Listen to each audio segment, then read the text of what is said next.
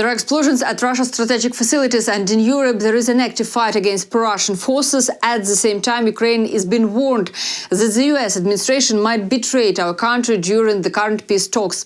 My name is Albina Pidhirnyak. I'll walk you through the main news next. And explosions went off in the Grozny city complex in Chechnya. Reports say that Russian forces most likely did this to try to stop a drone attack. Just a few days ago, Chechen leader Kadyrov was threatening to destroy Europe, and now he has his own problems to deal with.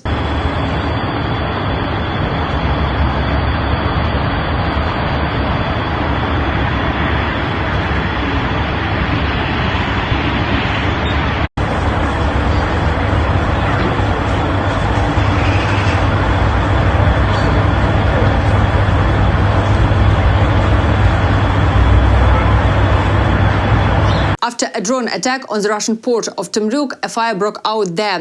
Temryuk is a sea terminal used for loading and unloading oil products. They receive, store and ship petroleum there.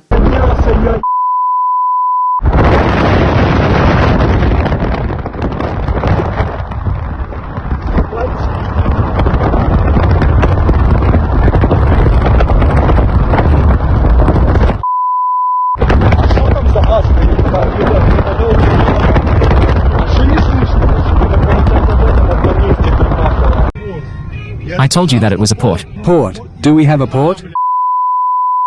Oh, it's here, girlfriend. This is not in the center. Not in the center. Not in the center. Look at the torches there. Oh, that's all.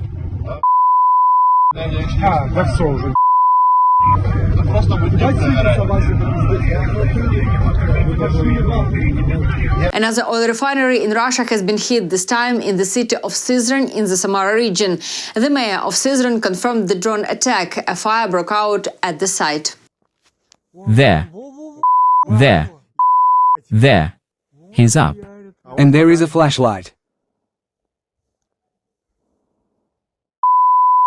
There they are, traces. Well, that's it. Wait, it's the 10th bang now. It's the 10th, yes, explosion. They hit the same spot. There you can see the smoke. What the f*** is going on here in this Syzran? Why did I come here? Come on, yes. Oh, siren. Oh, there's going to be a bang.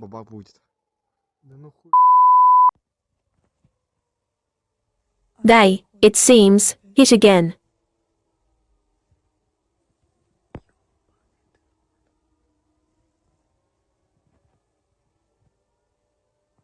By the way, they are flying. Oh, they make me angry.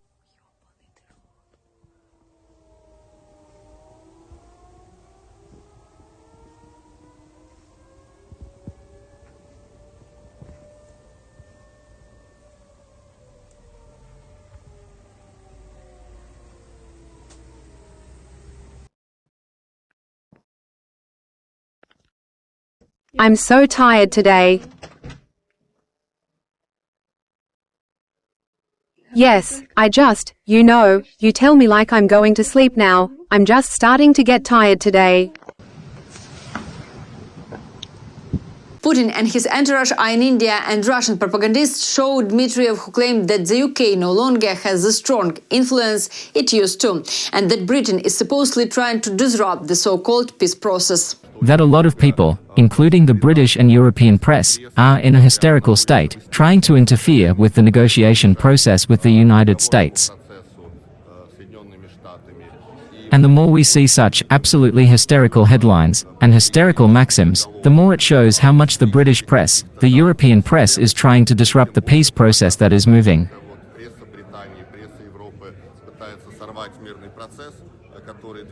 And therefore we also want to draw attention to this. Why is it interesting to pay attention to in India? Because we know that the British Empire no longer exists, as we see from the development of India, but the methods, these are the attempts to influence through the media, attempts to disrupt the peace processes, they are present.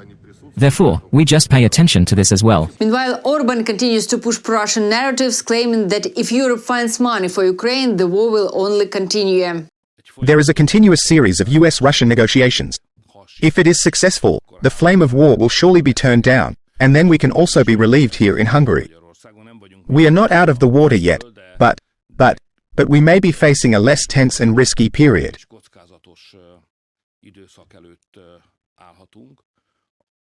If the will of the Europeans prevails, who believe that the war must continue, that is, we should not seek peace here, but that the war must be continued, and the war must be resolved on the battlefield, then the war may come closer and closer to us, and the threat of war will increase.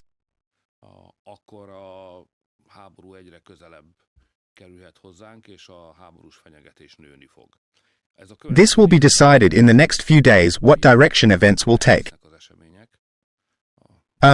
Less in the public eye, but if I have seen the news this morning correctly, there is an important meeting taking place in Belgium today, where the German Chancellor, perhaps even the chairwoman of the Commission, will go to persuade the Belgians to take the Russian assets frozen in Belgium from the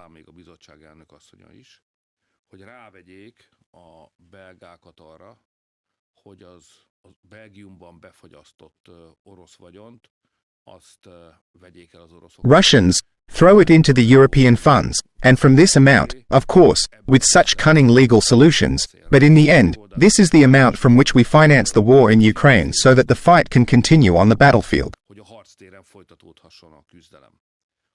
If there is a solution to this, and the Europeans will successfully negotiate this among themselves, then a lot of money will flow into Ukraine in the period ahead, and then it will be Hungary's job to somehow stay out of this, because we don't want to send money there, and we don't want to get involved in this war. If, on the other hand, the Belgians, who have this money physically, resist, then European leaders will have to admit that there is no money for the war in Ukraine, so they should not look for a solution on the front line, because it is a lot of money, it costs lives and money, but then they must support the Americans in negotiating with the Russians.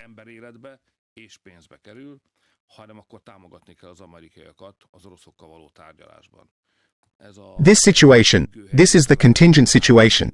It will persist in the next 3 or 4 days, but it may be closed in a few days, and then we will have the answer to the question that in the coming months we can expect the war to expand, worsen, or the chances of peace to increase.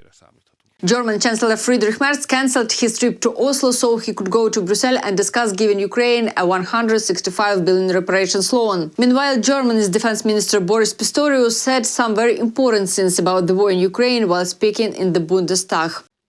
The key to peace, ladies and gentlemen, lies above all in Moscow. Only there is a lack of willingness. Putin presents himself as if he wants peace, but he does not mean it. With every supposedly new effort for peace, the following applies. And every day the groundhog greets. There are advances, attempts at peace negotiations, ceasefire negotiations. There is the attempt to have conversations about peace. And then the groundhog comes every day. Full-bodied words from Moscow, hypocritical rhetoric, lazy compromises that are offered, that are not and that are nothing more than the realization of all of Vladimir Putin's dreams. And while he does this, while he feigns peace intention and interest, his actions speak a completely different language.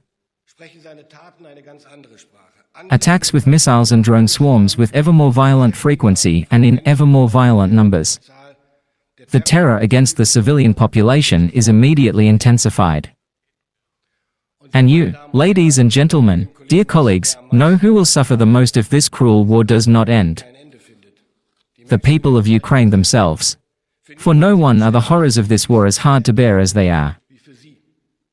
They are innocent women, innocent men, and children who have had to find their way to the shelters again and again for soon, almost 4 years, if they have one nearby. Those who have not stopped for almost 4 years, who have had to live with never-ending attacks for almost 4 years, who have lost relatives and friends, belongings. And they are soldiers who are fighting another winter on the battlefield and risking their lives for the freedom and sovereignty of their country. Ladies and gentlemen, since last week there have once again been considerations about ending the war that Putin is waging against Ukraine and that he could end tomorrow.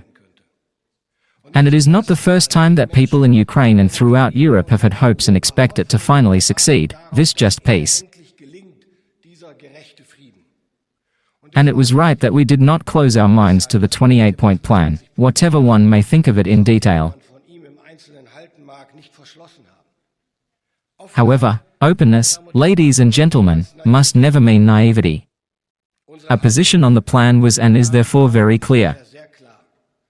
There must be no false peace, there must be no diktat, no capitulation peace for Ukraine. That would be fatal. That would be fatal for Ukraine. But I will also say it again in all clarity, it would also be fatal for Europe.